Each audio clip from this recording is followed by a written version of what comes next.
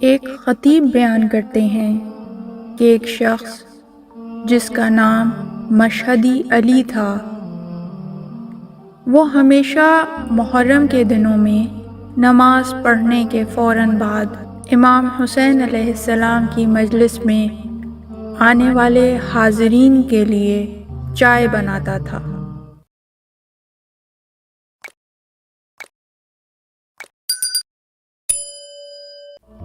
اس کا ایک دن اچانک انتقال ہو گیا۔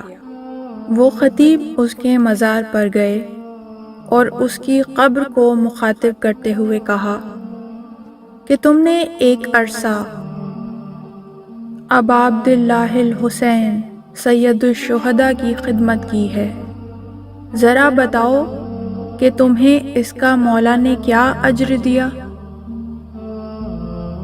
وہ خطیب 3-4 روز تک اس کی قبر پہ جا کر یہ سوال پوچھتے رہے،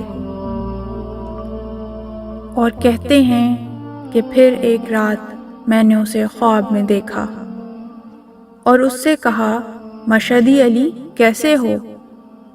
اس نے کہا، الحمدللہ میں یہاں بہت اچھی جگہ پر ہوں، مجھے میرے آقا نے اتنا بڑا باغ اور یہ عالیشان قصر عطا فرمایا ہے۔ میں نے تعجب سے دیکھا، وہ واقعاً ایک عالیشان جگہ تھی۔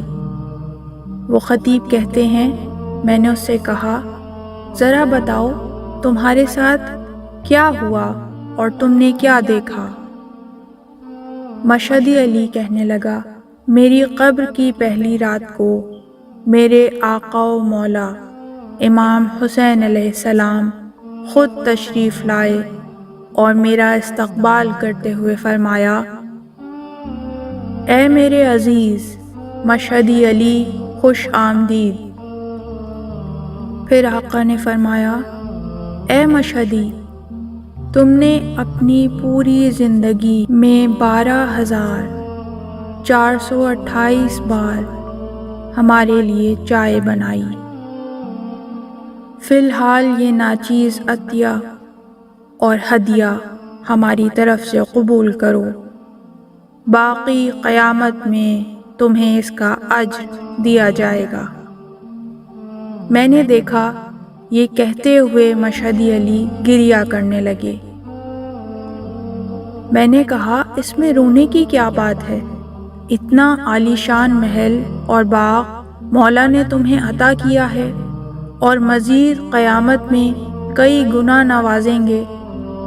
کہنے لگا، نہیں، میں اس پر گریہ کر رہا ہوں کہ کاش پہلے مجھے معلوم ہوتا کہ میرے آقا و مولا میرے اس حقیر سے کام کا بھی اتنا دقیق حساب کتاب رکھتے ہیں تو میں صرف چائے نہ بناتا بلکہ خود پیالی میں ڈال کر لوگوں تک پہنچاتا۔ عزاداران حسین، مولا کی نوکری کو کم نہ سمجھیں، اس مقام پر کوئی بھی چیز کم اور زیادہ نہیں ہوتی، بلکہ خلوص کے ساتھ کیے ہوئے ہر چھوٹے اور بڑے کام کا دقیق حساب کتاب ہوتا ہے۔ بی بی فاطمۃ الزہرا سلام اللہ علیہا اور ان کی ذریت کے لیے جتنا کیا جائے کم ہے، اس کے باوجود قیمتی ہے۔ امام صادق علیہ السلام فرماتے ہیں، ہمارے ظلم پر غمزدہ کی سانس لینا تسبیح ہے، اور ہماری خاطر غمگین ہونا عبادت ہے۔ جو شخص ہمیں یاد کرے یا اس کے سامنے ہمارا ذکر کیا جائے اور اس کی آنکھ سے مچھر کے پر کے برابر آنسو نکل آئے تو پروردگار عالم اس کے گناہوں کو بخش دے گا، اگرچہ سمندر کے جھاگ کے برابر ہی کیوں نہ ہو۔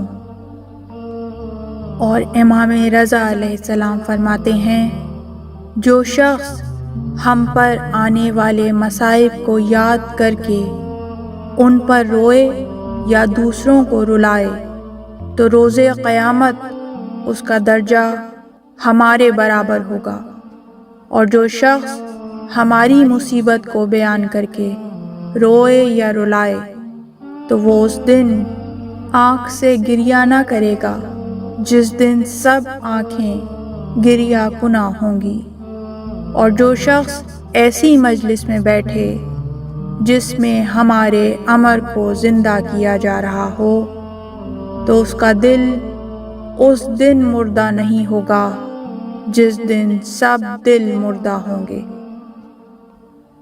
امیر المومنین علی ابن ابی طالب علیہ السلام فرماتے ہیں، خداوند متعال نے ہمیں منتخب کیا اور ہمارے لیے شیعوں کا انتخاب کیا جو ہماری مدد و نصرت کرتے ہیں، ہماری خوشی میں خوش اور ہماری مصیبت پر غمگین ہوتے ہیں، ہماری راہ میں اپنا جان و مال قربان کرتے ہیں، وہ ہم سے ہیں اور ہماری ہی جانب آئیں گے۔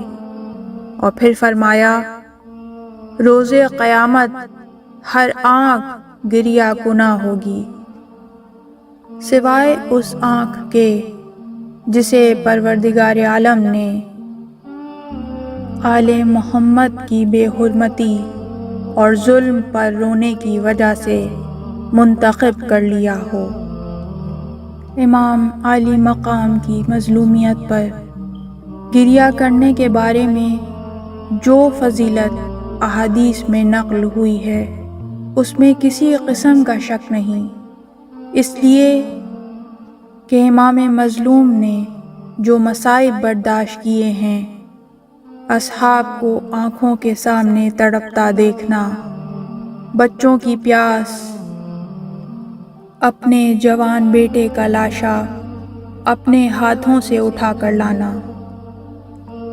اپنے ہاتھوں پہ ننھے علی اصغر کو تیر کھا کر منقلب ہوتا دیکھنا، اور پھر ننھے علی اصغر کا خون اپنے چہرے پر مل لینا، یہ وہ مصائب ہیں جو امام حسین علیہ السلام نے دین خدا کی پاسداری کی خاطر برداشت کیے۔ ان کے مقابلے میں اگر کسی کو ان پر آنسو بہانے کے بدلے میں جنت مل جائے تو اس میں کوئی تعجب کی بات نہیں ہے۔ آئیے ان ایام عزا میں کسی بھی طرح سے امام حسین کی نوکری کا شرف حاصل کر لیں، ان کے غم میں گریہ و ماتم کی مجلسیں برپا کریں اور ان کے غم کو دنیا کے کونے کونے میں پہنچا دیں۔ ان ہستیوں کی ذکر کی ترویج میں کیا گیا کوئی بھی کام چھوٹا اور معمولی نہیں بلکہ عظیم اور بے مول ہے اور ثواب و اجر کثیر کا باعث ہے۔ اس طرح کی مزید تحقیقی، علمی اور تاریخی ویڈیوز دیکھنے کے لیے چینل کو سبسکرائب کیجیے اور بیل آئیکن پہ کلک کیجیے۔ ویڈیو کو لائک کریں اور کامنٹس کے ذریعے بتائیے کہ آپ کو ویڈیو کیسی لگی۔ اگلی ویڈیو تک کے لیے خدا نگہدار۔